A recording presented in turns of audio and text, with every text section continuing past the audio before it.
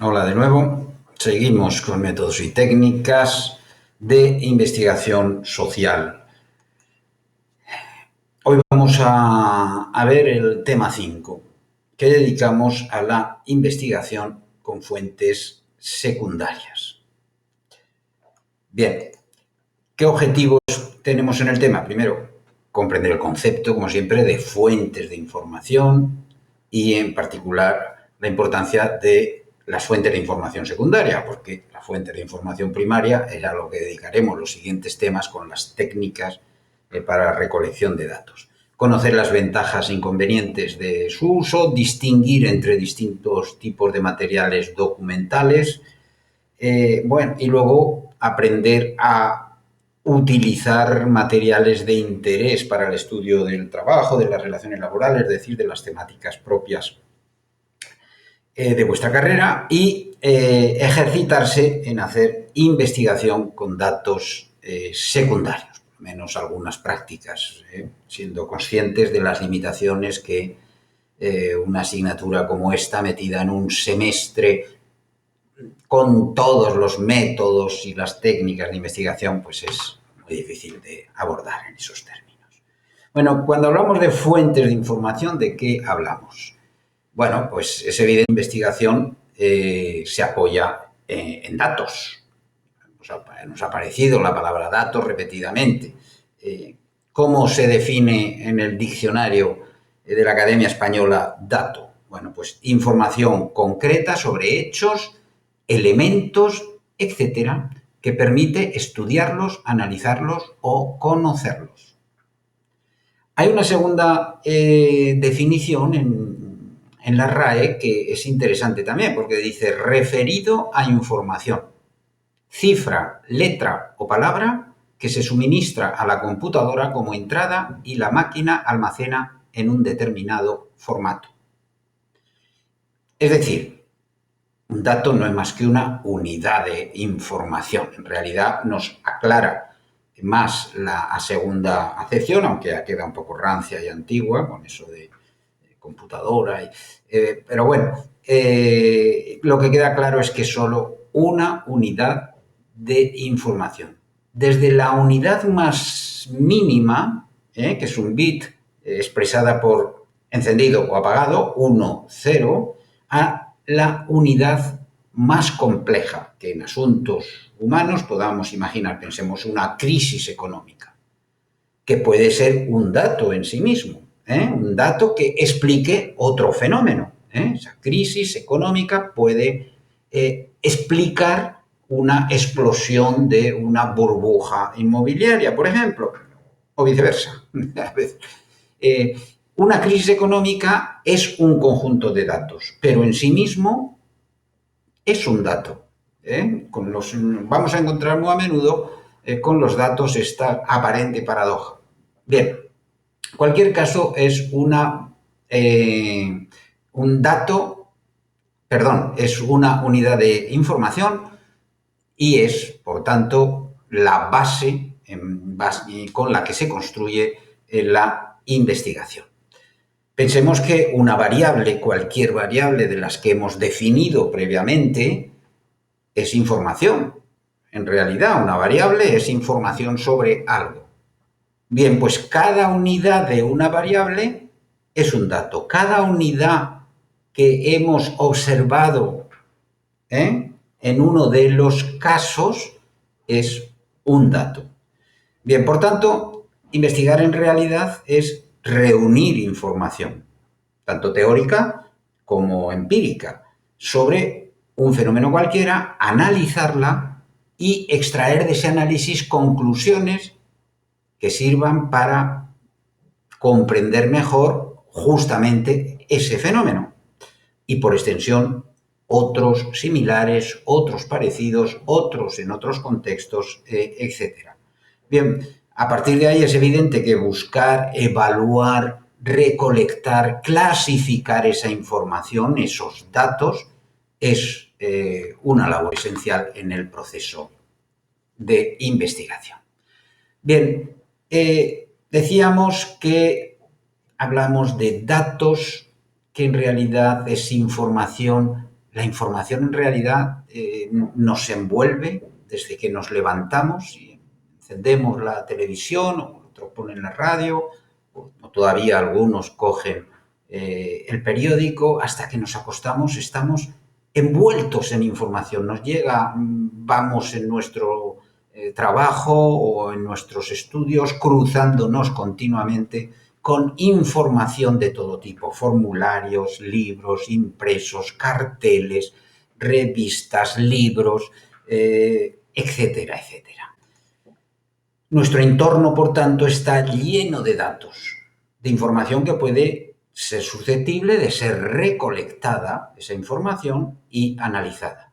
Nos rodean libros, diccionarios, periódicos, revistas académicas o populares, etiquetas de productos, que es información, códigos de barras, códigos de todo tipo, software, que es un conjunto de información, patentes, conferencias a las que asistimos, informes que leemos, páginas de internet, tesis, tesinas, TFGs, TFMs, documentos gubernamentales o de una organización o de un sindicato o de una patronal, blogs, vídeos en YouTube, fotos y comentarios en Instagram, correos electrónicos, conversaciones que escuchamos o que tenemos, símbolos que observamos, vestimenta que vamos, la ropa nos transmite información continuamente, hasta el corte de pelo que se pueda llevar en un momento u otro. Todo es información.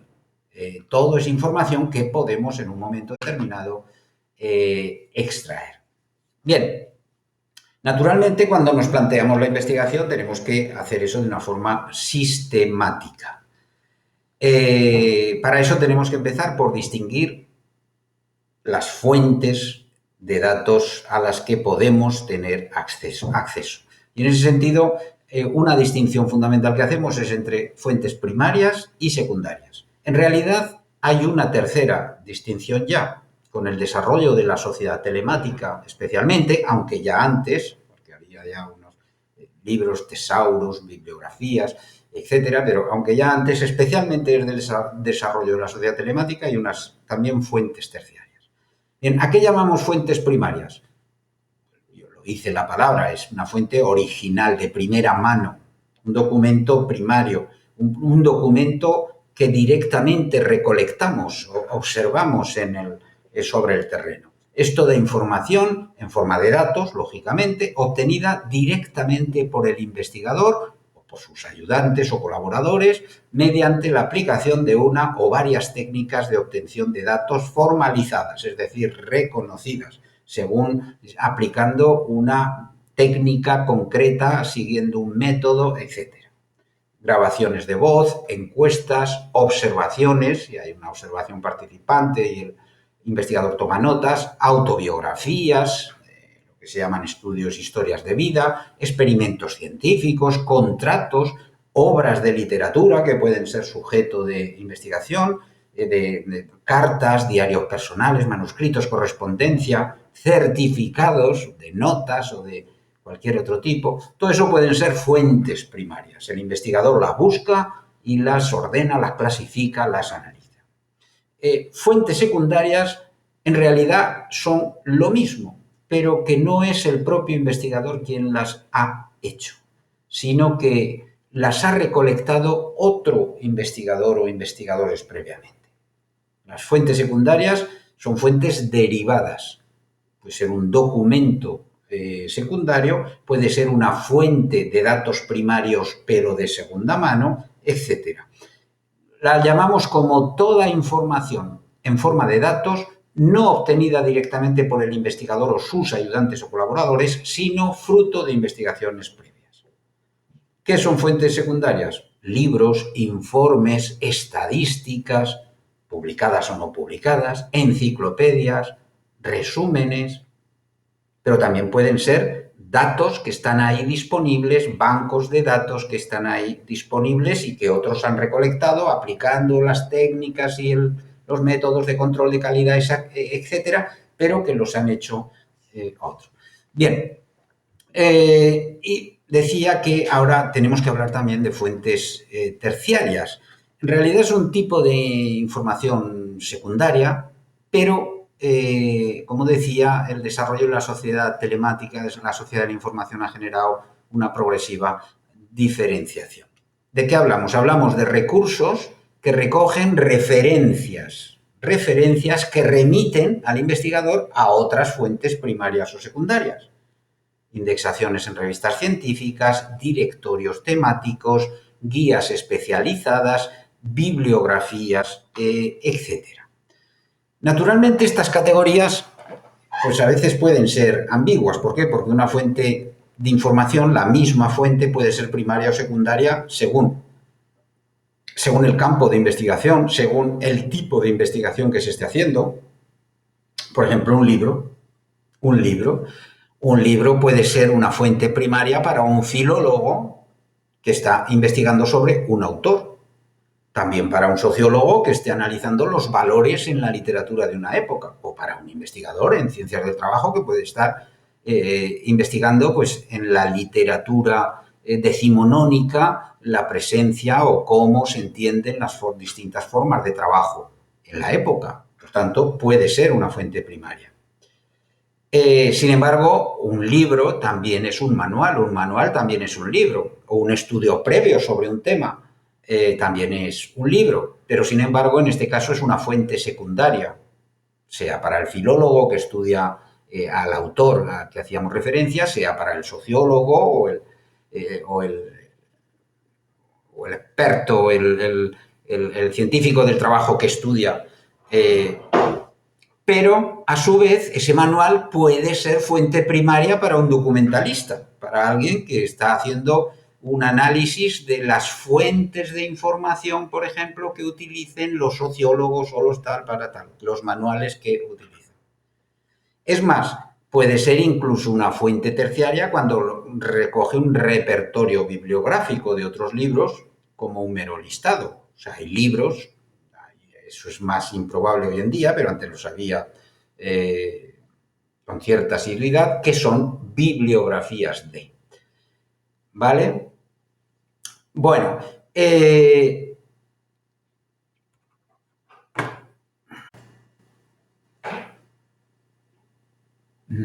vale. Seguimos. Los datos primarios pueden tener una elaboración secundaria. Decíamos antes que, bueno, que una misma fuente y que esos datos primarios pueden ser elaborados por otros.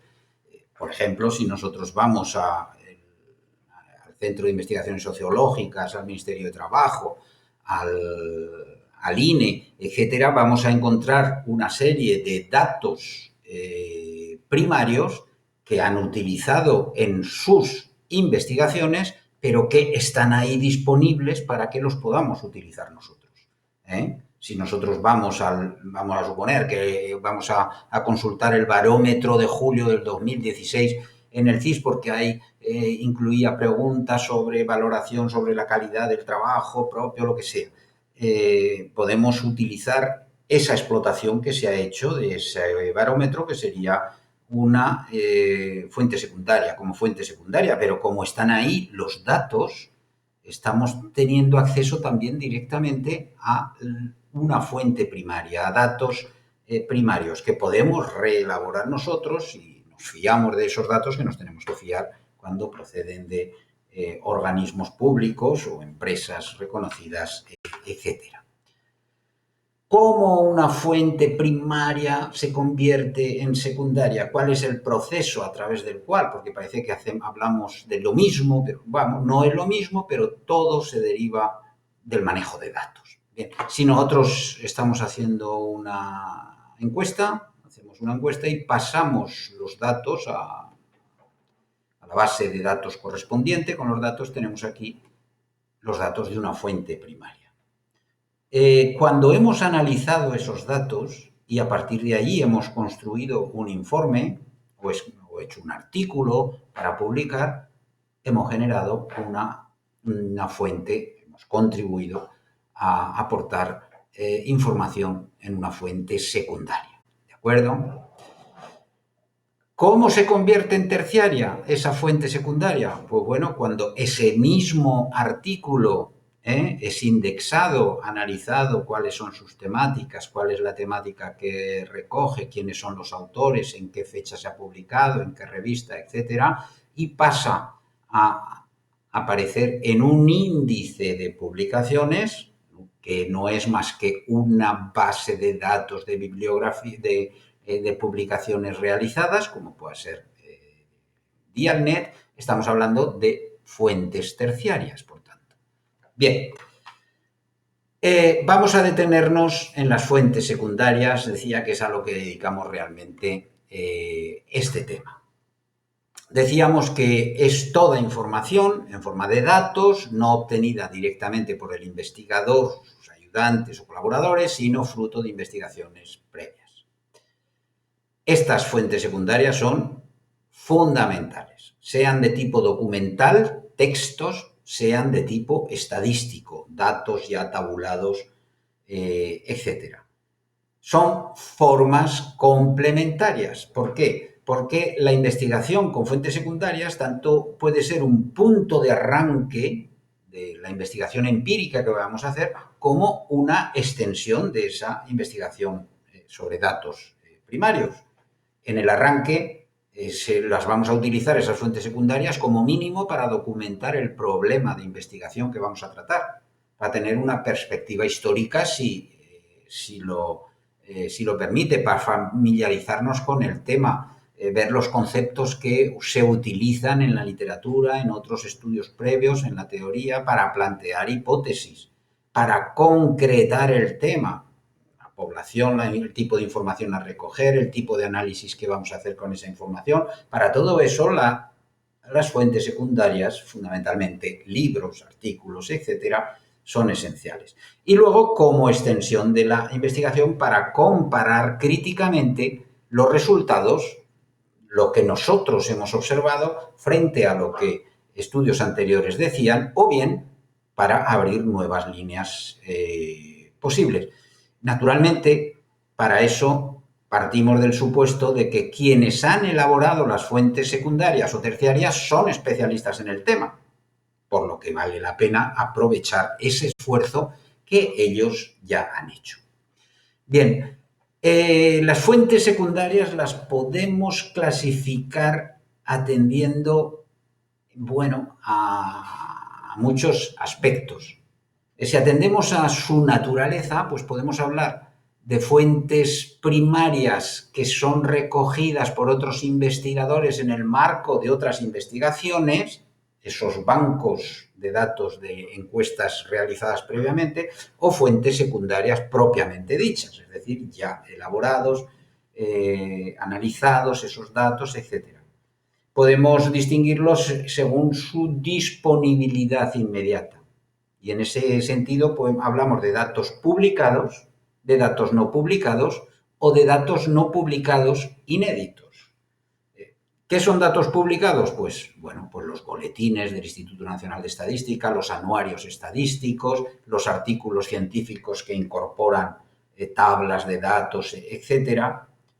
Pero tenemos también datos no publicados porque son de uso interno o de uso restringido a determinadas personas en determinados organismos, informes internos de una empresa, de un ministerio, estadísticas de un departamento, hospitalarios, de un departamento de producción, sobre encuestas de calidad, sobre satisfacción laboral. Pueden ser informes que se han hecho dentro de una organización o de una empresa y que no se permite el acceso.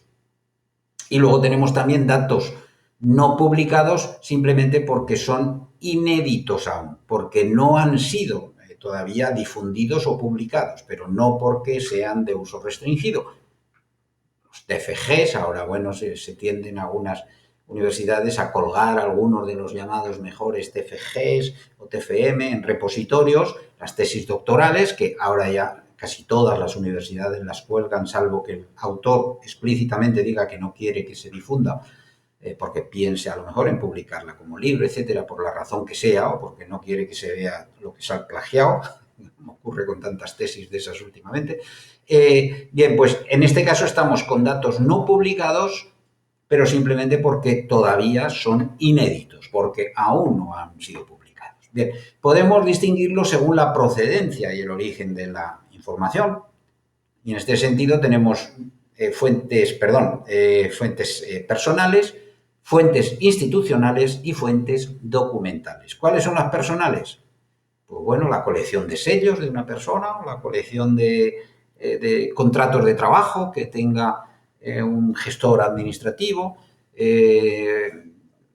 o la colección de historiales médicos que tenga un departamento de psiquiatría. Podrían ser. Perdón, he dicho un departamento, en este caso sería que tiene un médico particular, un psiquiatra. Pueden ser institucionales, obtenidos en organismos públicos, si el servicio, el SESPE, te da acceso a los expedientes de los inscritos en búsqueda de empleo, por ejemplo, o pueden ser documentales, que se recogen en publicaciones, en libros, en documentos que están escritos, etc. Las podemos distinguir también según la propiedad. Las hay públicas y las hay privadas. Los informes de una empresa, pues bueno, son suyos y puede permitir que se difundan o que no se difundan.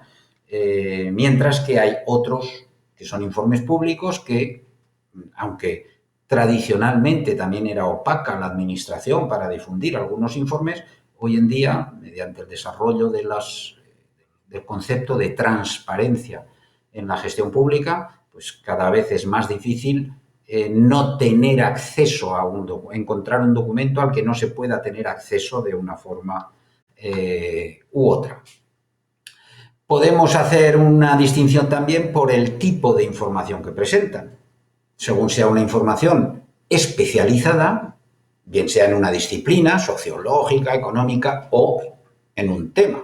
En un tema. El trabajo doméstico, el trabajo agrícola, etc. O puede ser multidisciplinaria. Pensemos en una revista de ciencias sociales en general, donde se publican distintos trabajos, o puede ser de ámbito general, como un periódico,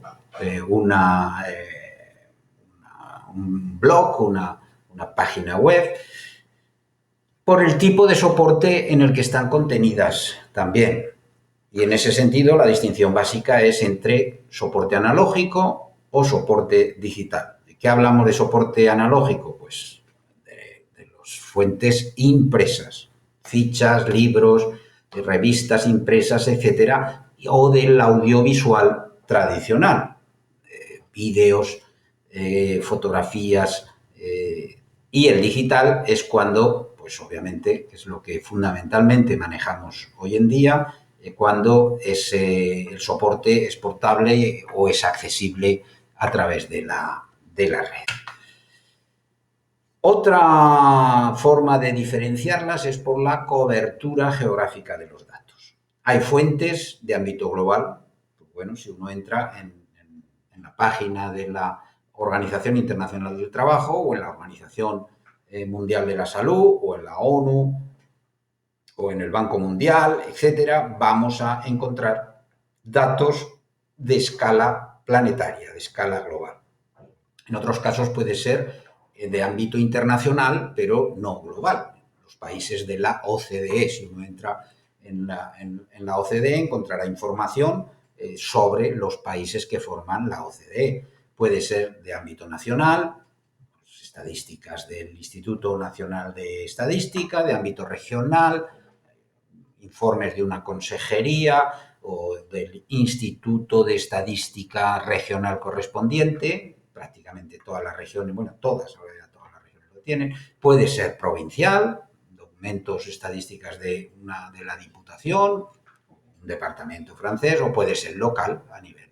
Y luego, según la cobertura cronológica. Si hay datos retrospectivos históricos, pues bueno, pensemos en este libro enorme que hizo el BBVA con estadísticas históricas de España. Recopiló, en realidad, bueno, si nos vamos al INE, tenemos acceso a lo que eran los anuarios estadísticos de España desde principios del siglo XX, con lo cual, siguiendo esos anuarios, pues tendríamos una serie de estadísticas históricas. Y el propio INE, pues en sus servidores online, pues tenemos acceso también en buena parte de las temáticas que aborda a datos históricos.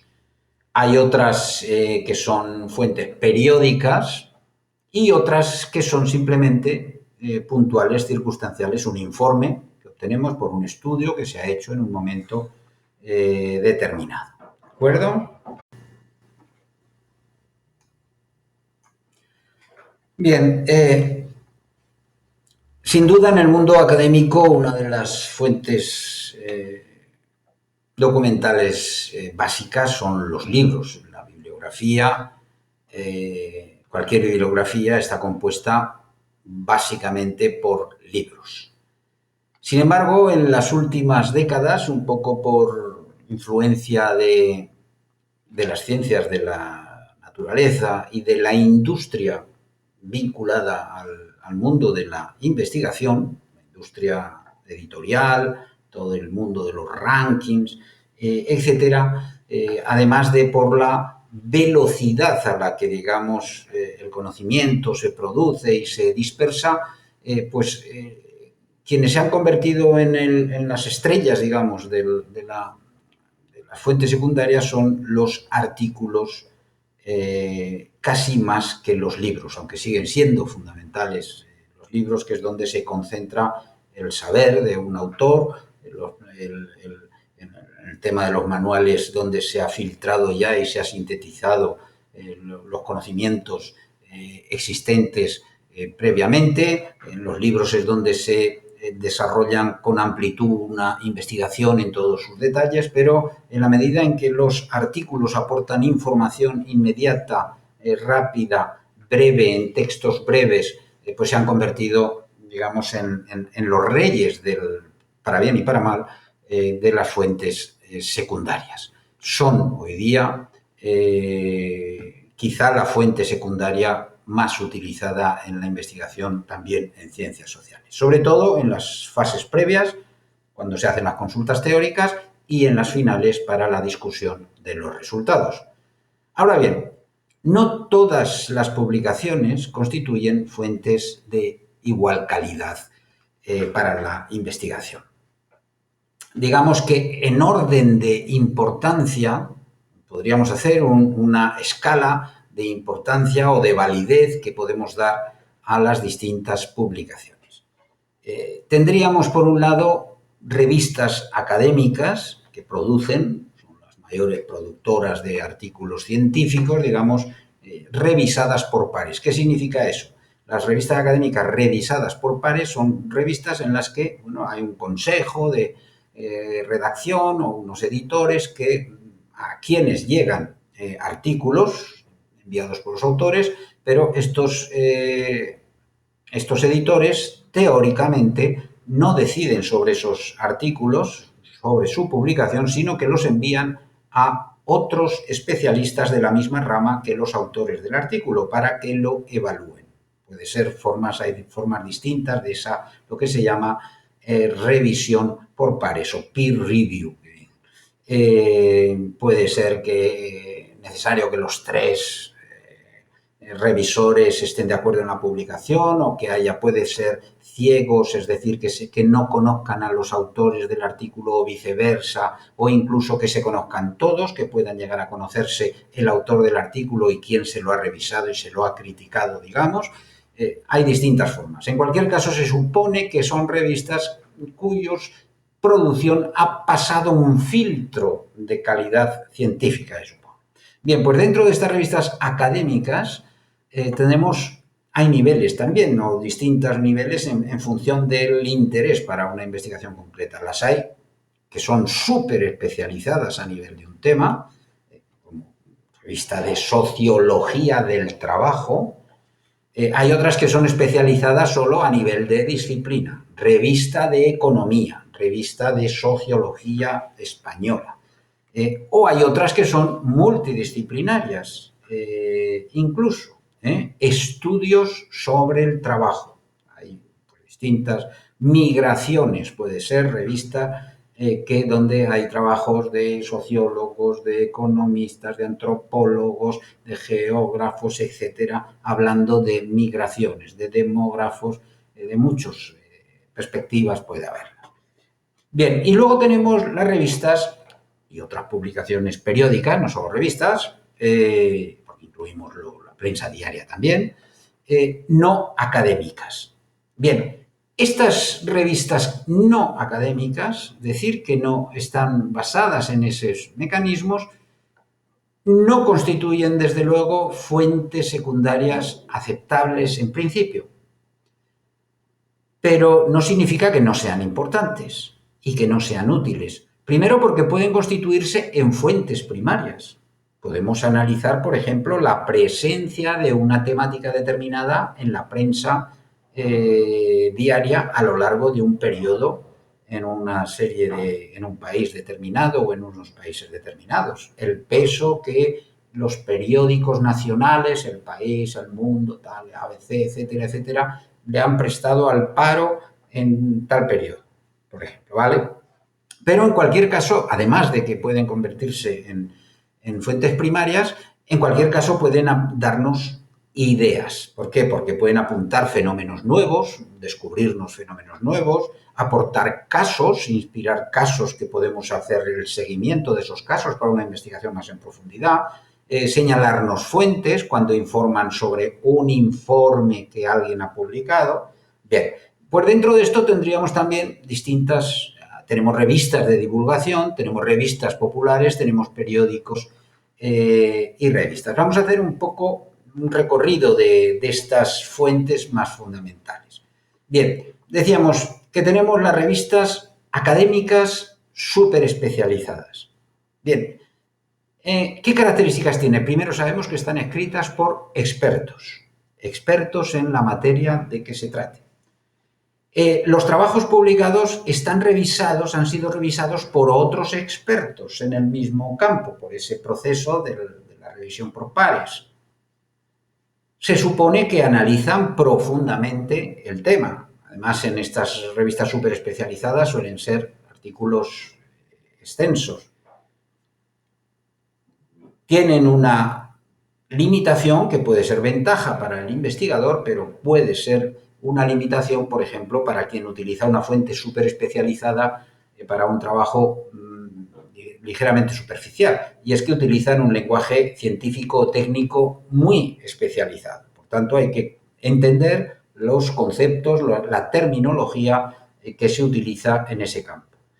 Y otra cosa importantísima, una de las ventajas que tiene es que siempre incluyen referencias normalmente actualizadas y muy amplias, actualizadas, y que suelen también beber de los clásicos, que es importante, que en otras, en forma de bibliografía. Es decir, que nos remiten, a su vez nos pueden remitir a otros. También decíamos que tenemos revistas académicas multidisciplinarias. Están escritas también por expertos, pero su principal propósito no es aportar nuevos conocimientos, digamos, sino difundirlo. Difundir conocimiento que ya se ha publicado normalmente, que ya han publicado esos expertos en artículos en revistas especializadas o que han publicado en sus propios libros, o como capítulos de libros ajenos, etcétera. Es decir, el objeto de estas revistas es más de difusión del conocimiento, primero entre especialistas también, pero especialistas en distintas disciplinas, que confluyen en este tipo de revistas, o a actores sociales interesados, a los sindicatos, a las patronales, a los políticos, etcétera, y al público en general, por supuesto. Este tipo de revistas son muy distintas de las revistas académicas, que tienen el formato prácticamente de un libro.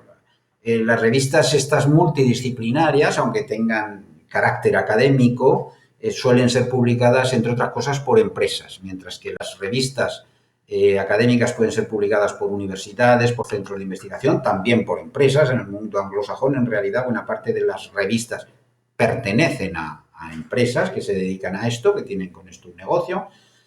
Pero en el caso de estas multidisciplinarias, digamos que son revistas, empresas dedicadas a la comunicación precisamente. Y entonces son revistas que suelen tener ilustraciones con fotografías, con tablas, pueden incluir textos también periodísticos, aunque los haya de especialistas.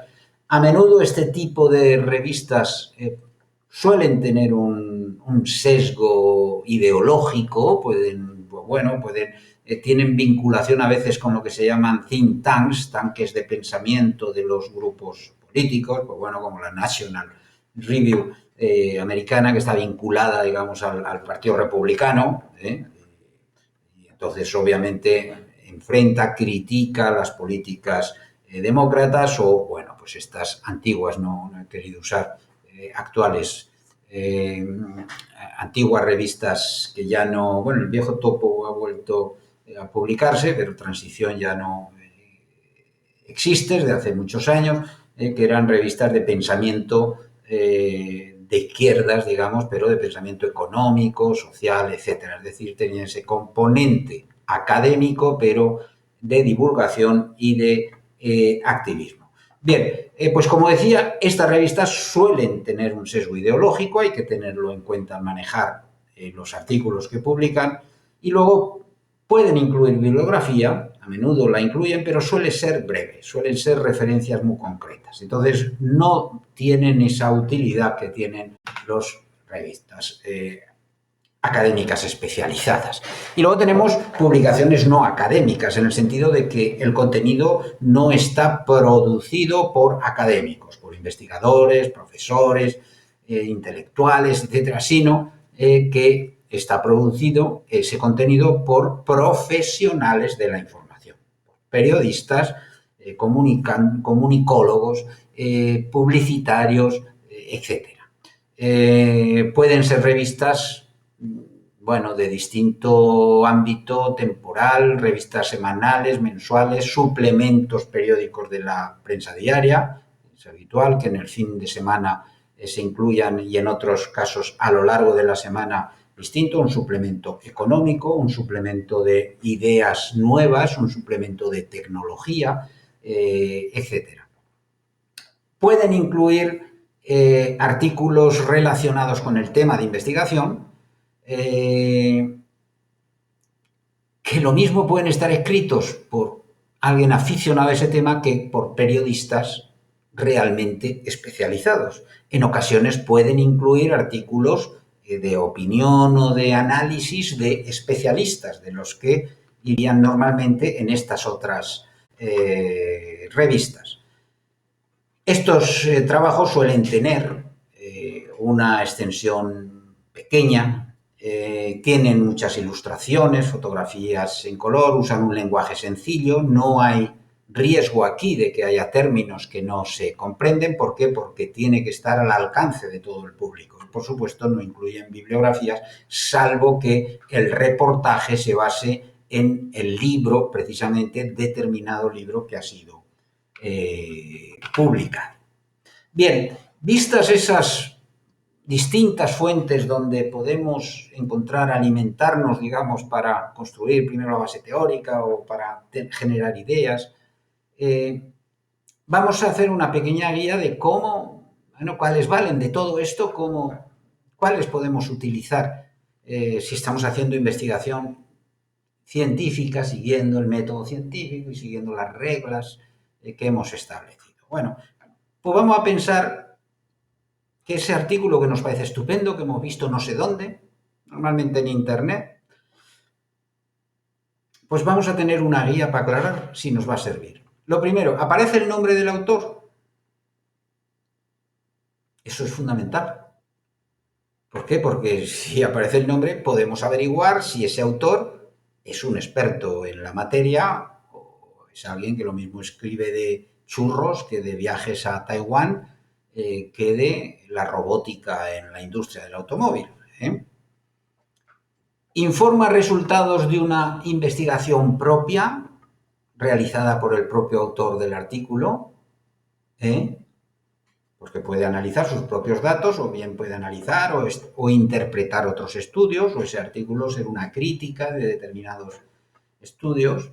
¿Incluye una descripción de la metodología utilizada para recopilar los datos? ¿Es extenso? ¿Tiene más de 5 páginas? Pero bueno, en las ciencias de la naturaleza, en la medicina o en la química o en a veces hay artículos que tienen una página, porque esa es una prueba que se ha realizado química y que no necesita más de una página o dos para contarlo. En ciencias sociales eso es muy difícil. Otro punto, ¿tiene bibliografía? ¿Está escrito en un lenguaje técnico que incluye términos cuyo significado desconoces? Porque puede o te plantea dudas. ¿El título de la revista parece ser muy especializado? ¿Tiene la revista una política editorial que incluye revisión por pares? ¿O simplemente en la revista pone quién es el director y punto? ¿Está indexada en algún servicio de documentación, como Dialnet, Cielo, por hablar de del mundo hispánico, o la Web of Science o en Scopus? Bien, si has respondido no a la mayoría de estas preguntas que nos hemos hecho, pues lo que significa es que estás ante un artículo de una revista de divulgación, de un dominical, lo que no significa que no pueda ser aprovechable, Lo que no significa que no pueda ser aprovechable. Sí, ahí mismo en ese trabajo se citan fuentes fiables a las que tú puedes acudir después. Pero desde luego lo que no se puede utilizar es como argumento ni elemento para construir una base teórica en la que sustentarse, o para construir o para diseñar los conceptos. Puede ser inspirador, pero no puede, desde luego no puede ni siquiera ser citado como autoridad en la bibliografía. Bien, pues todo lo dicho para publicaciones, la mayor parte de las cuales están en Internet, por supuesto, es aplicable en general para los propios sitios de Internet, sea un blog, podemos encontrar un artículo en un blog que es de un especialista en derecho del trabajo, viene ahora a la cabeza uno, y donde pues, podemos entender que hay una autoridad detrás que respalda ese trabajo. Hay que aprender a citarlo adecuadamente, lógicamente, pero frente a un artículo o un comentario en un blog de alguien que lo mismo encuentras eso que una crítica de la cocina china. Por tanto, bien, esos elementos son importantes. Bien, ¿qué consecuencias tiene esto? ¿Qué significa esto? Bueno, si encuentro una afirmación, un enunciado, una conclusión en una revista académica, pues puedo citarlo, puedo utilizarlo para construir hipótesis, puedo utilizarlo para discutir después los resultados de mi investigación, si lo que a mí me sale no coincide con lo que le ha salido a este investigador previo. Si lo he encontrado en una revista o en un medio de divulgación, pues claro que puedo utilizarlo como material para pensar. Por supuesto, me puede estimular, pero tengo que buscar literatura científica, literatura de la otra, o bien de ese autor, porque puede ser que lo tenga, que el mismo autor de ese artículo de divulgación tenga algún artículo académico o algún libro sobre el tema, o bien de otros, y contrastarla. Es una diferencia importante. Por la misma razón, si encuentro un dato, una tabla estadística que como dato secundario me parece importante, que me puede ser útil para mi trabajo, bien, si lo encuentro en una revista académica, no significa que automáticamente tenga que darla por buena. Primero hay que comprobar en el propio artículo que está citada la fuente de procedencia. Está citada. Bien puede ser elaboración propia en base a datos propios, bien puede ser datos del INE y elaboración propia, o puede ser simplemente datos del INE. Es decir, que esté citada la fuente de referencia. Y entonces, pues bueno, puedo utilizarla, por supuesto, citando la fuente de procedencia y el artículo o libro del que la hemos tomado, para que esté claro quién la ha traído, de dónde, ¿de acuerdo? Ahora, si esa tabla la encontramos en una revista o medio de divulgación, pues hay que localizar, no me sirve. No se puede utilizar esa tabla tal cual. Hay que localizar el organismo o la fuente original de esos datos y contrastarlos antes de utilizarlos. Bueno, nos habrá servido para mostrarnos que esos datos existen y que están ahí. Ahora, debajo de la tabla o en el texto tiene que estar describiendo que esos datos proceden de tal sitio y hay que irse a tal sitio y contrastar esos datos. ¿Está claro? Por tanto, hay unos que los podemos dar por buenos, otros que no los podemos dar por buenos. Es decir, a partir de un artículo que vemos en el periódico sobre un tema que nos puede inspirar, profundizar en ese asunto, tenemos que buscar la bibliografía académica que seguramente sea citada dentro del propio artículo. 9 cosas que han hecho Inditex, la mayor empresa textil del mundo. No recuerdo ni de dónde sacaba. Eso es evidente que eso es un artículo que recopila distintas fuentes para ahí. Esas fuentes seguramente estén citadas. En alguno de los casos puede ser un artículo que lo podemos encontrar, etcétera. Aquí tenemos otro que es divulgativo, lo mismo, pero tenemos unos datos muy interesantes, una fuente muy interesante. ¿De dónde ha sacado esa fuente? ¿Quién lo ha publicado eso? Bueno, pues aquí aparecerá en algún sitio la publicación y hay que irse a la publicación originaria, que es quien ha hecho esa investigación. Bien, por tanto, de este tipo de cosas que vamos a encontrar muy fácilmente, tenemos que conducirnos hacia la producción académica, científica que las sustenta. ¿De acuerdo? ¿Cuál es el problema principal de las fuentes secundarias? Pues la distancia entre la recogida, la producción de datos y su análisis. Obviamente, si nosotros estamos estudiando el desempleo en Mérida y vamos al SESPE a recopilar los datos que nos quieran dar, vamos al censo de población a ver los datos, vamos al ayuntamiento a ver qué estadísticas tienen, etcétera. Estamos, y ya no digamos si nos colocamos en la puerta del SESPE para entrevistar a los usuarios del servicio de empleo.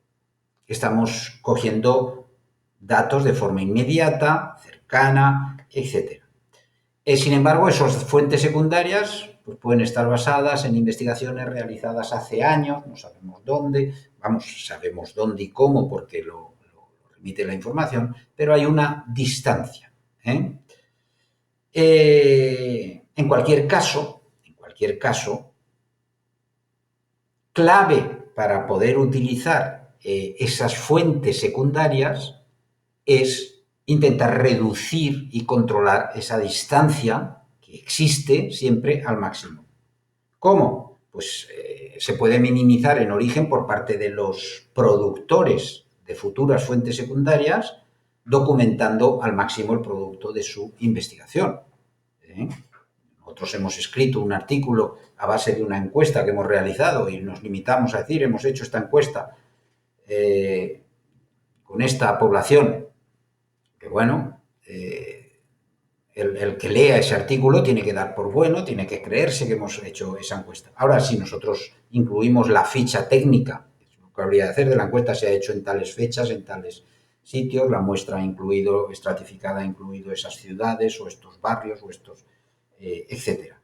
Y luego puede minimizarse también, digamos, en destino. ¿Cómo? Pues haciendo una evaluación crítica exhaustiva de esa fuente.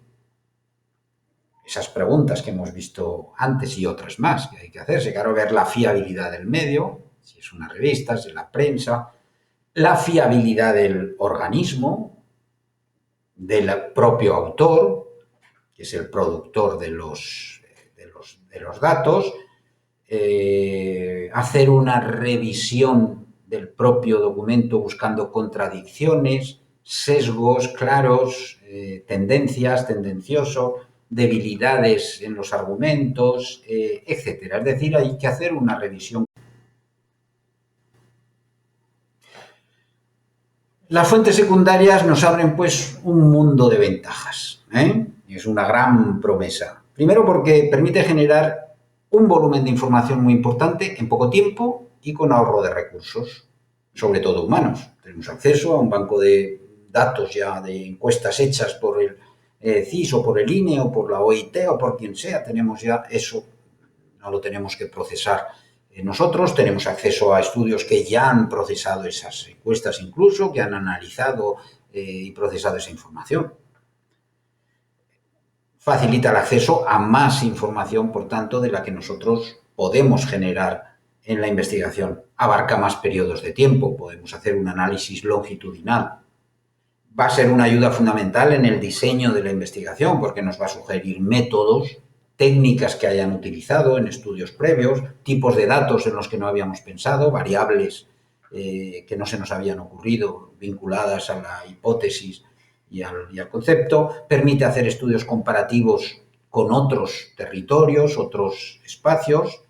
Un elemento esencial que tiene y es que no provoca reactividad en el objeto de la investigación. Bueno, nosotros si vamos a hacer una encuesta, una entrevista y preguntamos por un asunto incómodo a los entrevistados, al objeto de la investigación, bueno, pues pueden reaccionar negativamente o no dar el dato que nosotros esperamos, no responder, etcétera. Bien, la fuente secundaria no puede hacer eso. Ahí está para quien la tome y no puede negarse a responder, ¿vale? Y, en suma, facilita, bueno, pues la construcción de un sistema científico más abierto, más colaborativo, se supone que menos competitivo, en la medida en que volcamos toda esa información hoy en día a través de la red de Internet que está disponible para otros muchos. Bien, aquí tenemos una serie de fuentes de datos científicas a las que nos hemos hecho referencia. Google, que no es Google, sino Google académico, Scholar Google, que es distinto, o Google Academic, que ahora se ha incorporado. Nos lleva a investigadores y artículos, etc. Dialnet, que es un motor de indexación, DOAG es otro de ámbito latinoamericano, Redalic, y luego pues se puede acceder desde los servidores de la propia universidad a través de la biblioteca pues a otros indexadores de datos que recopilan artículos internacionales como Scopus o la Web of Science, que son de empresas normalmente que indexan sus propias revistas.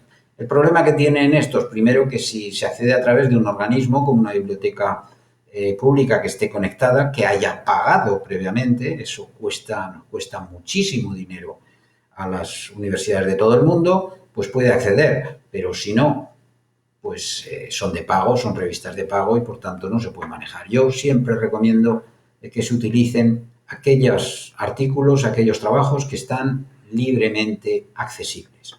¿Por qué? Porque cuando un investigador ha hecho una investigación, uno, o le han pagado por eso, o se ha beneficiado, ha obtenido un beneficio por eso en su carrera profesional y le han ayudado a hacerla además con fondos públicos, o le ha interesado hacerla y a quien le ha interesado está siempre dispuesto a compartirlo. Entonces, esa información debería estar al acceso, al alcance de todo el mundo y no comerciar con eso. Por eso yo siempre recomiendo utilizar esas revistas que están en abierto, que no sea otro. Pero pues, si alguien, ahí están, hay mucho más, lógicamente, en estas otras revistas.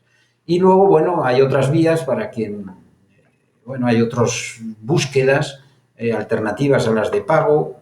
A veces roza, no está claro si son legales o ilegales o alegales, o qué, porque depende de los países donde se ubican. Una que hasta un tiempo de moda, no sé ni si existe, es esto, no sé cómo, qué mecanismo se utiliza.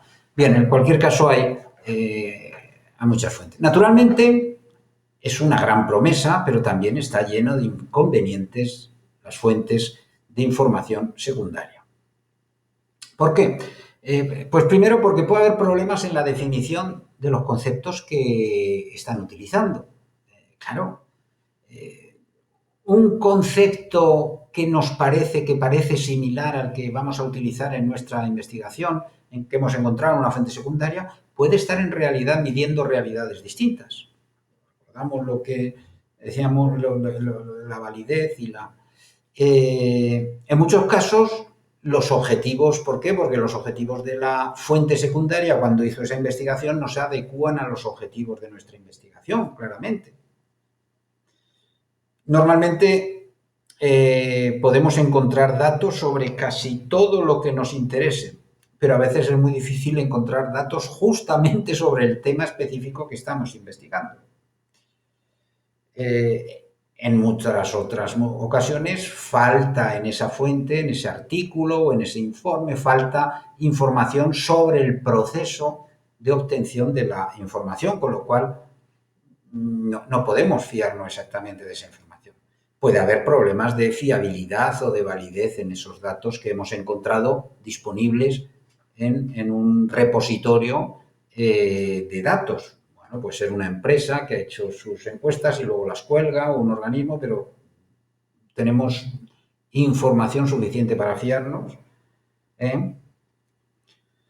Y luego, bueno, en realidad de los datos primarios también puede haber interpretatividad múltiple, pero en el caso de las fuentes secundarias, pues es fácil encontrar cómo distintos investigadores pueden dar distintas interpretaciones a un mismo documento.